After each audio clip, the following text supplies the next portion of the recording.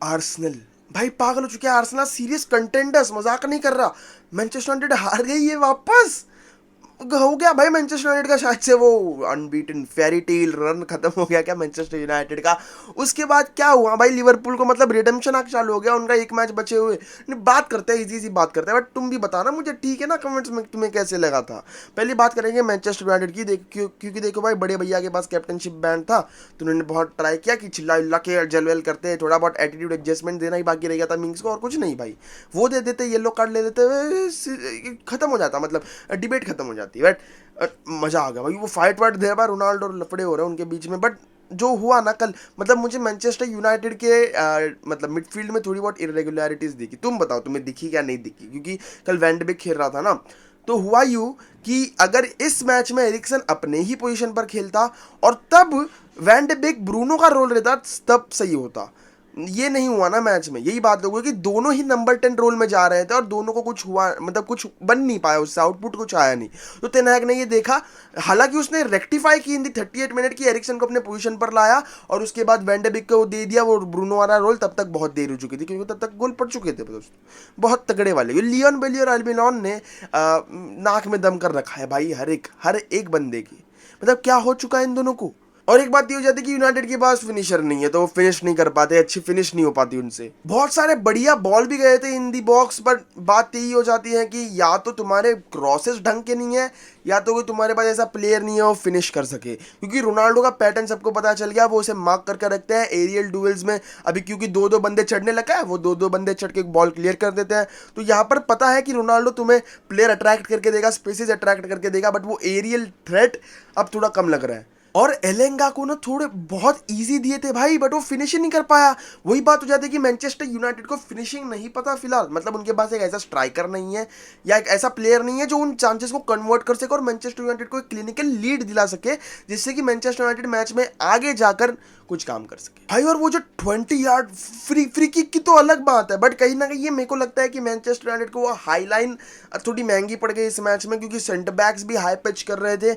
उसके साथ ही तुम्हारे जब फुल बैक्स पीछे आ रहे थे, तो लियोन बेली और एल्मिनॉन तो तुम्हें मतलब एक तरीके से खोलकर रख दे रहे थे, क्योंकि 3-on-2 हो जा रहा था। जब भी एस्टन विला काउंटर पर जा रही थी मैनचेस्टर यूनाइटेड के साथ, वो कोप अप नहीं कर पा रहे थे शायद से उस पेस के साथ।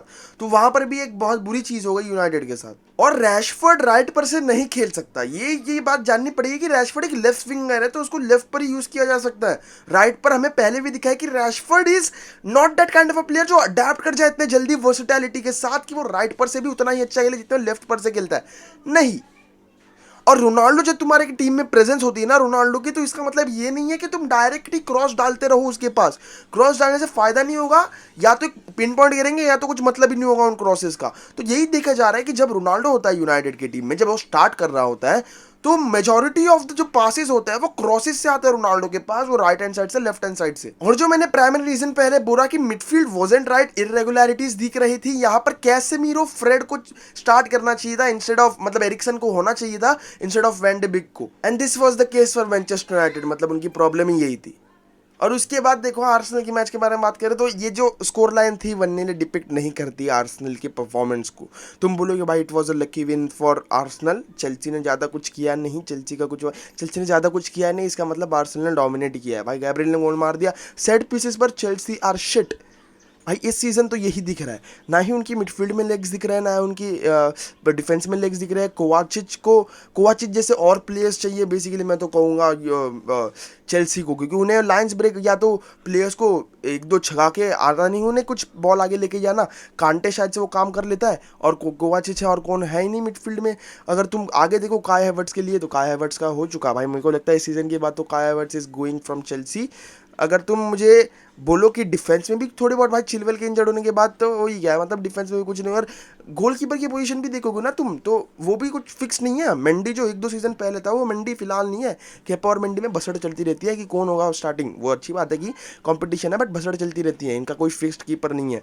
तो थोड़ी वो बात हो जाती है कि अगर देखो भाई सेट पीस है, तो डिफेंस के बाद एक गोलकीपर ही है जो बचा सकता है, और वो नहीं कर पाया ऑब्वियसली। एंड आर्सेनल का जो डोमिनेंस है भाई, Partey is the midfield of Arsenal, मैं तो ये ये तक कह दूंगा, पार्टे इज द मिडफील्ड। उनकी डिफेंस भी यूनिट की तरह चलती है, दे स्ट्रक्चर मेंटेन रहता है उनका, बेसिकली वही कहना चाहूँ तो। उनके पास वो फुटबॉल भी है जो तुम्हें देखने में मज़ा आता है, एंड ऑब्वियसली भाई आर्सेनल 1 तो क्या ही कह सकते हैं, top of the table again. और टॉटनम लिवरपूल का कुछ वही वैसे ही है, मतलब टॉटनम बिंग टॉटनम बॉटल कर दिया, लिवरपूल बिंग लिवरपूल उन्होंने टॉटनम को पेल दिया। तो वही बात होता है, जब भी टॉटनम लिवरपूल खेलते हैं लिवरपूल टॉटनम को पेलती है। अब टॉटनम से कॉन्टे जाने वाला तो लिवरपूल जीत गई, इसका कुछ सेंस नहीं बना कि कॉन्टे जा रहा है इसलिए लिवरपूल जीती। लिवरपूल इसलिए जीती क्योंकि इतनी तगड़ी परफॉर्मेंस थी लिवरपूल के द्वारा, मतलब रिडेम्पशन आग वापस चालू होगा क्या, मो साला डबलिंग द लीड अगेन, साला वापस फॉर्म में आएगा, गोल्डन बूट जीतेगा, तुम मुझे बताना कमेंट्स में। और लिवरपूल का मैच कैसा लगा, क्योंकि लास्ट मैच था थोड़ा इंटरेस्टिंग भी था, तो मैंने देख लिया भाई, मज़ा आ गया, 2-1 हो गया ना वहाँ पर, मैच खत्म। क्लॉप ने भी प्रेस कर दिया, इतने दिन बाद लिवरपूल की इतनी अच्छी परफॉर्मेंस देखकर लिवरपूल फैंस भी खुश हो जाएंगे। तो ये बताओ भाई कमेंट्स में कैसा लगा, मिलूंगा अगली वीडियो में, good bye, take care, peace out, Jai Hind, बंद कर।